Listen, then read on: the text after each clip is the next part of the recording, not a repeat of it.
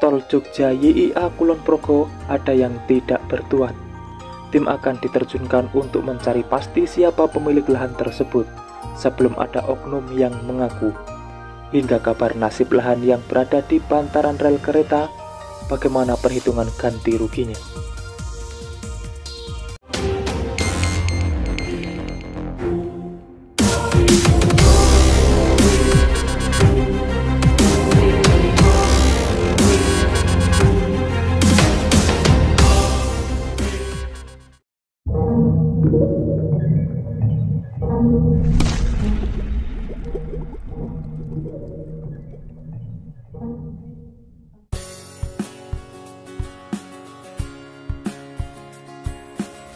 Assalamualaikum semuanya. Tol Jogja Solo maupun Tol Jogja YIA Kulon Progo saat ini progresnya terus dilaksanakan. Pembebasan lahan untuk seksi 1 dan 2 masih menunggu keputusan LMAN. Sedangkan ruas Jogja YIA Kulon Progo yang saat ini gencar dilakukan sosialisasi secara paralel. Dan berikut ini informasi selengkapnya. Seperti biasa, sebelum berlanjut ke pembahasan, dukung selalu channel ini untuk terus berkembang dengan cara subscribe dan nyalakan loncengnya, supaya kalian dapat mengikuti update terbaru pembangunan di Indonesia.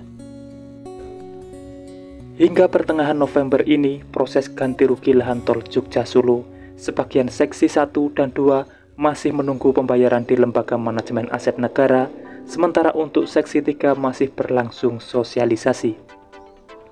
Pejabat pembuat komitmen pengadaan tanah Tol Jogja Solo, Dian Ardiansyah menjelaskan, pembebasan lahan di seksi 1 wilayah Jogja masih 41% dengan lokasi di Taman Martani dan Purwomartani Kalasan. Yang lain masih menunggu pembayaran dari LMAN.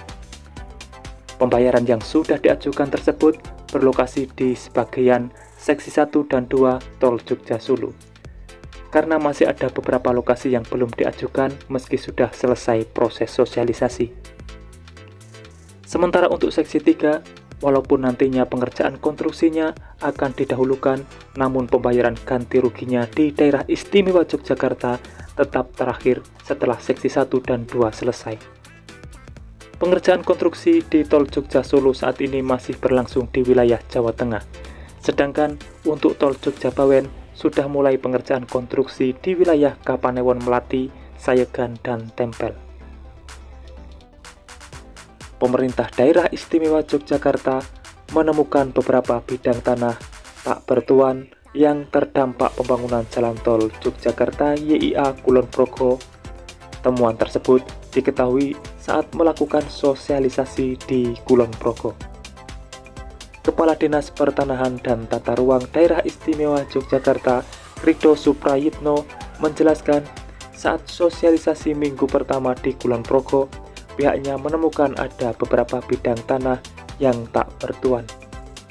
Adanya beberapa sawah yang tidak diketahui pemiliknya, dan ini menjadi tugas tim untuk menyisir kembali untuk bahan pelaksanaan konsultasi publik pada pertengahan Desember.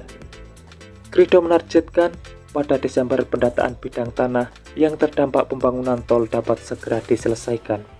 Hal ini mengingat pemerintah pusat menargetkan pembangunan tol Yogyakarta YIA selesai pada tahun 2024 mendatang. Sosialisasi di Kulon Progo sampai November, kemudian di awal Desember Bantul dan Sleman.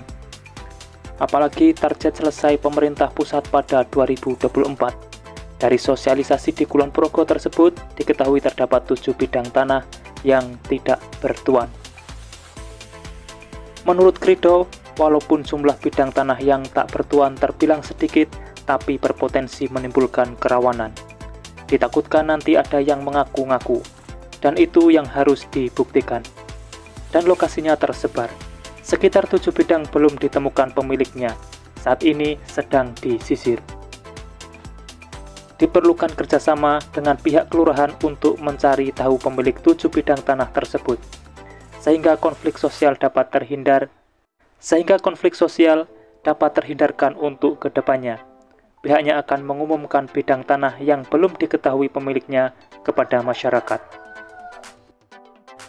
diumumkan dulu di kelurahan sampai dengan berakhirnya konsultasi publik. Ada perlakuan lain oleh tim pengadaan tanah jika tidak ada yang melaporkan. Selain mencari pemilik bidang tanah ini, pihaknya juga sedang melakukan pemetaan pada bidang-bidang tanah yang statusnya tanggung, misalnya bidang tanah yang bersebelahan dengan rel kereta api. Pihaknya juga memprediksi potensi tanah-tanah yang tanggung. Sebelahnya sudah rel kereta api, ada tanah sisa, baru diketahui setelah ada patok dan sekarang belum bisa. Jika patok sudah dipasang oleh tim pelaksanaan pengadaan tanah bersama-sama dengan tim persiapan, pihaknya kembali mendata itu jika nanti ada ketentuan kalau ada tanah sisa yang berhimpitan dengan rel kereta api. Kalau kurang dari 100 meter langsung dibebaskan.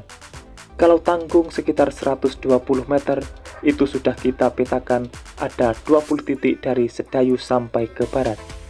Rido menambahkan, selama sosialisasi warga menunjukkan antusiasnya dengan mempertanyakan tanah sisa yang berdempetan dengan rel kereta api.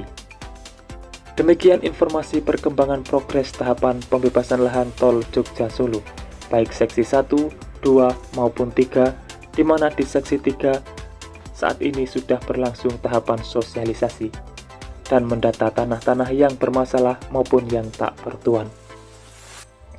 Itulah informasi yang bisa saya sampaikan, semoga sedikit banyak ada manfaatnya, dan temukan informasi yang tidak mungkin kalian temukan di tempat lain, karena hanya di sini, informasi yang tidak dibahas akan saya bahas secara lengkap.